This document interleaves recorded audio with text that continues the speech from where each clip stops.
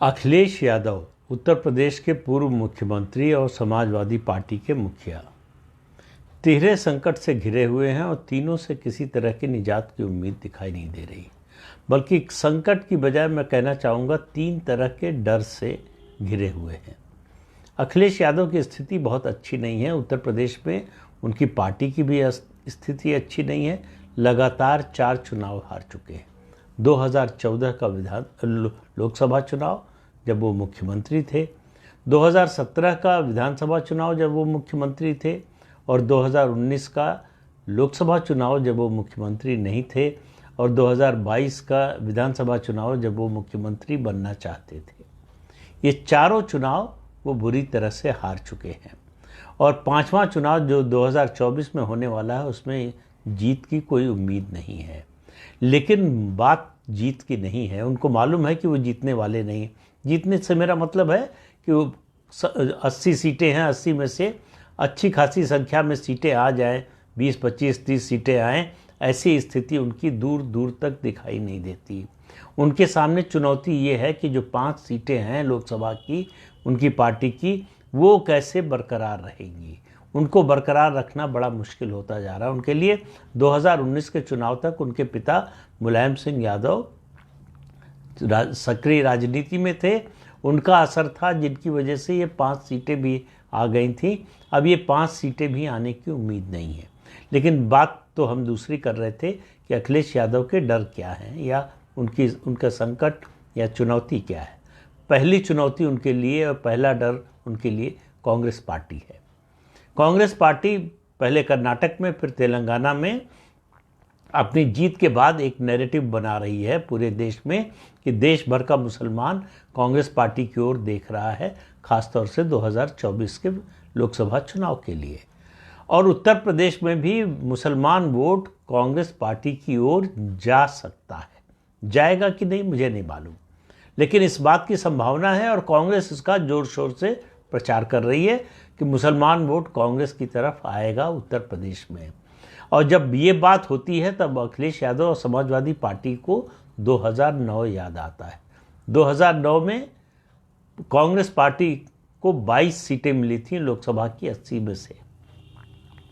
और उस समय उसका सबसे बड़ा कारण ये था कि मुसलमान नाराज़ हो गए थे समाजवादी पार्टी से, क्योंकि मुलायम सिंह यादव ने कल्याण सिंह को अपने साथ जोड़ लिया था। कल्याण सिंह के साथ आने के बाद मुसलमान बहुत ज़्यादा नाराज़ हुआ और मुस्लिम वोट का बंटवारा हुआ। अच्छा खासा सेक्शन मुस्लिम वोट का कांग्रेस पार्टी को गया और कांग्रेस पार्टी 22 लोकसभा सीटें जीत गई, जो उसके लिए कल्पनातीत थे। उसके लिए बड़ा इसकी कल्पना भी मुश्किल थी। उसके बाद न जीती न 1984 के बाद जो है कांग्रेस पार्टी इतनी बड़ी संख्या में लोकसभा सीटें जीत पाई है और आगे भी उसके जीतने की उम्मीद नहीं है। लेकिन समाजवादी पार्टी का खेल बिगाड़ने की स्थिति में कांग्रेस पार्टी हो सकती है, उसको अगर थोड़ा भी वोट मिलता है। और कांग्रेस पार्टी, देखिए मज़े की बात यह है कि कांग्रेस नुकसान कर सकती है समाजवादी पार्टी का, लेकिन वो समाजवादी पार्टी से अलायंस चाहती नहीं। ये अलग बात है कि दोनों जो है वो विपक्षी दलों का जो 27 दलों का गठबंधन बना है, दोनों पार्टियां शामिल हैं, लेकिन कांग्रेस पार्टी की इच्छा है कि उसका गठबंधन बहुजन समाज पार्टी के साथ हो और उसमें आरएलडी जुड़ जाए। कांग्रेस को लगता है कि इन 3 दलों का कॉम्बिनेशन जो है वो सपा और कांग्रेस के कॉम्बिनेशन की बजाय भाजपा से लड़ने में ज़्यादा सक्षम होगा। लेकिन ये होगा कि नहीं पता नहीं, लेकिन इसका डर जो है वो अखिलेश यादव को सताता रहता है। उनको अपने कोर वोट में से, जो मुस्लिम यादव कोर वोट है, उसमें से मुस्लिम वोट के घटने का डर बहुत ज़्यादा सता रहा है। इसलिए उन्होंने घोषणा की है और उनको ये मायावती से कांग्रेस पार्टी की बातचीत चल रही है, इसका भी अंदाज़ा है।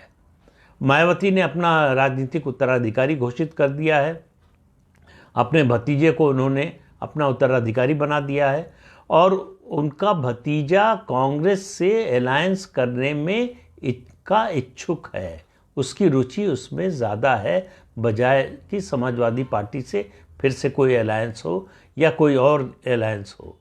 तो ऐसे में समाजवादी पार्टी के लिए और अखिलेश यादव के लिए डर है। कहा यह जा रहा है कि जो 19 तारीख को बैठक हुई इंडी अलायंस की, उस बैठक में अखिलेश यादव ने बड़ा साफ साफ कहा कि अगर ये कोशिश होगी कि मायावती को इस गठबंधन में शामिल कराया जाए तो वो 15 दिन के अंदर ये गठबंधन छोड़ देंगे। अब वो 15 दिन की समय सीमा उन्होंने क्या सोच कर रखी है मुझे नहीं मालूम, लेकिन इतना तय है कि अखिलेश यादव ने ये स्पष्ट कर दिया है कि वो 2024 के चुनाव के लिए मायावती और या बहुजन समाज पार्टी उससे गठबंधन करने के पक्ष में नहीं है, और वो नहीं चाहते हैं कि जो 27 दलों का गठबंधन है उसमें बहुजन समाज पार्टी शामिल हो। लेकिन उसका डर तो बना हुआ है। कांग्रेस पार्टी तो चाहती है और दूसरी पार्टियां भी चाहती हैं, क्योंकि बसपा के आने का मतलब है देश के दूसरे प्रदेशों में भी उसका असर पड़ेगा। बसपा के पास दूसरे प्रदेशों में भी वोट है, चाहे थोड़े से ही हो। समाजवादी पार्टी के पास उत्तर प्रदेश के बाहर कोई वोट नहीं है, ये सबको मालूम है। तो ऐसे में उस गठबंधन में मायावती का शामिल होना, एक दलित समाज की इतनी बड़ी नेता का शामिल होना, वो ज़्यादा फायदेमंद है बजाय अखिलेश यादव के। ऐसा नहीं है कि ये गठबंधन के साथी अखिलेश यादव को निकालना चाहते हैं, लेकिन अगर चुनने का मौका आएगा कि दोनों में से किसी एक को चुनना है तो गठबंधन के ज़्यादातर दल बहुजन समाज पार्टी को चुनेंगे, समाजवादी पार्टी को नहीं। दूसरा डर ये है। तीसरा डर तो उनका जो है वो निरंतर है और हमेशा बना हुआ है, वो है भारतीय जनता पार्टी से।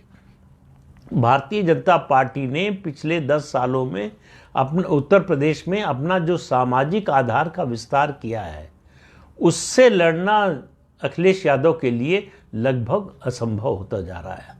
उनको ये बात भी समझ में आ गई कि वो ज़माना चला गया जब 28-29% वोट लेकर सत्ता में आ सकते थे। अब सत्ता में आने के लिए 45% से ज़्यादा वोट चाहिए, और वो वोट लाएं कहाँ से? उनका जो मुस्लिम यादव कॉम्बिनेशन है उसमें कुछ थोड़ा बहुत जुड़ने पर वही 27, 28, 29% पहुँचता है। उससे ऊपर जाने की उनकी हैसियत है नहीं। उससे ज़्यादा जोड़ने की कोशिश भी शायद, मतलब कोशिश बल्कि कहें कि उनका जो स्वभाव है उसकी वजह से जुड़ नहीं सकता। वो ओम प्रकाश राजभर उसका सबसे बड़ा उदाहरण है।